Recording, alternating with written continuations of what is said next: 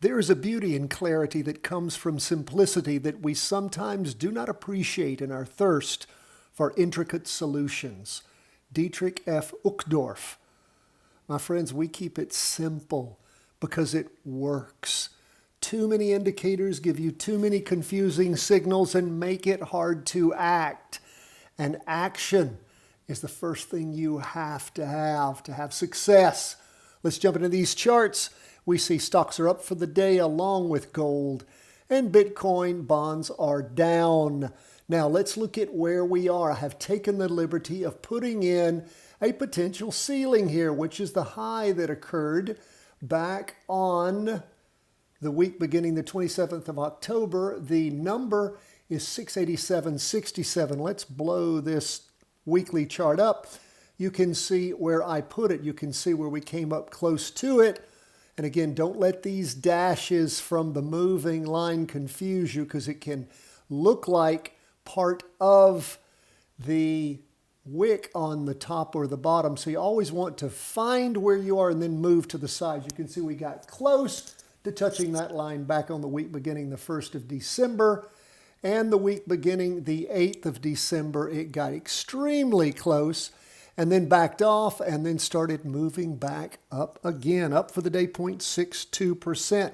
Where does that lead us? Well, it leads us right now into watching, paying close attention as to whether or not things in this shortened Christmas week are going to continue to move up, are going to bump up against this potential ceiling like we have pretty much 3 times now, gotten really close, and then rolling back off. We're not that far away now at 685.36, and we'll see. Maybe things are going to just continue to sort of muddle along this week, and as we get into the new year, roll over and head down. I don't know, my friends.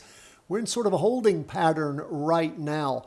We had a doji this last week with lots of volume showing us what? Extreme indecision.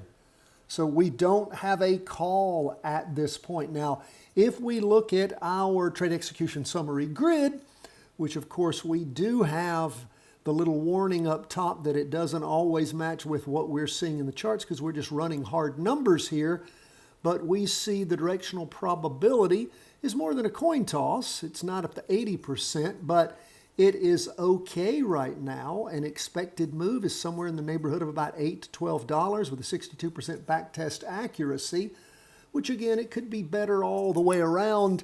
But with the action we saw last week, we're just sort of keeping the powder dry. We can see where over the course of Thursday, Friday, and Monday, we bounded off the bottom, moved up and pushed through on the half-day chart, the weekly trend line. On the 2-day chart, sitting right on the weekly trend line, that represents Monday and Friday and Monday, with lots of volume there. And of course, this is a shortened Christmas trading week, so everybody who's anybody is of course on vacation.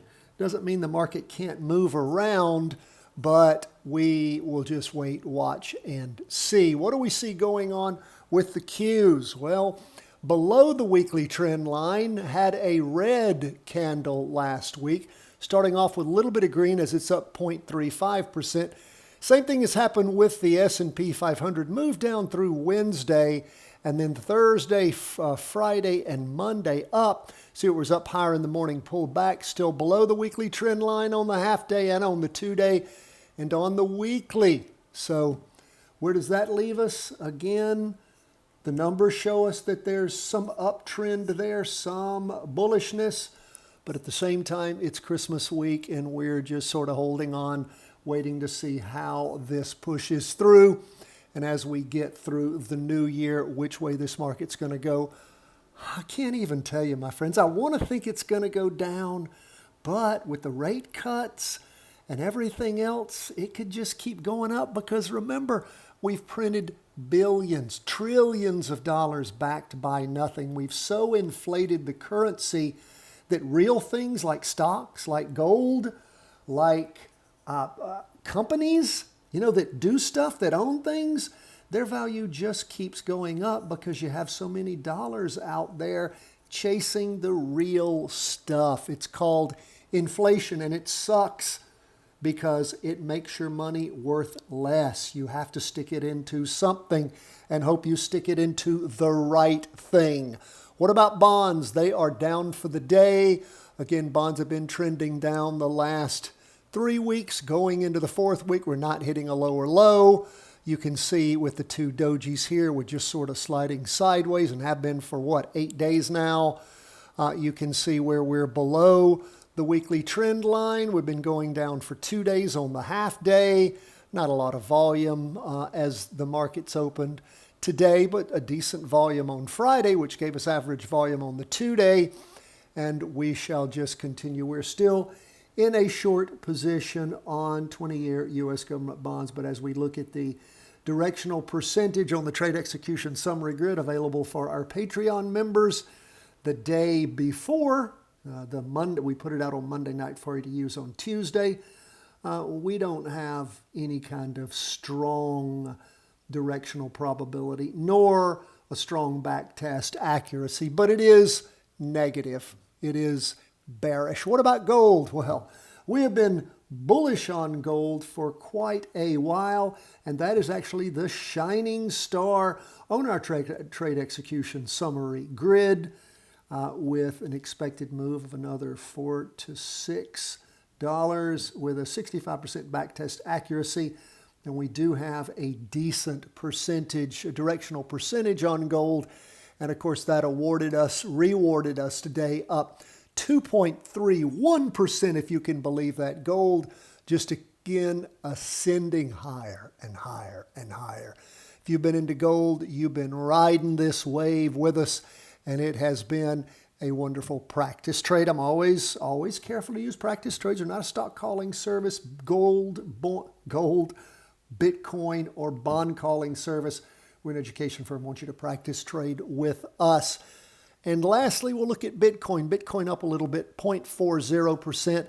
Still staying below, not much of a trend line, but for what it is, we're below it on the 2 day and the half day. We did touch it in the morning and then pulled back some in the afternoon. It looks like from the Heikin-Ashi candlesticks on the half day, we ended up with a doji for the latest 2 day candle, and you can see very weak volume there, starting the week off with weak volume and a doji on the weekly, sitting right there, either on or below. Looks like it's just below. Let's blow that up. Whoops, let's blow that up.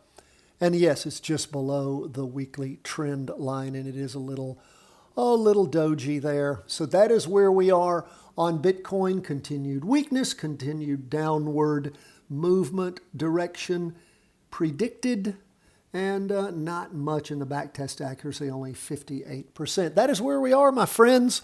Hope everybody's looking forward to a wonderful Christmas.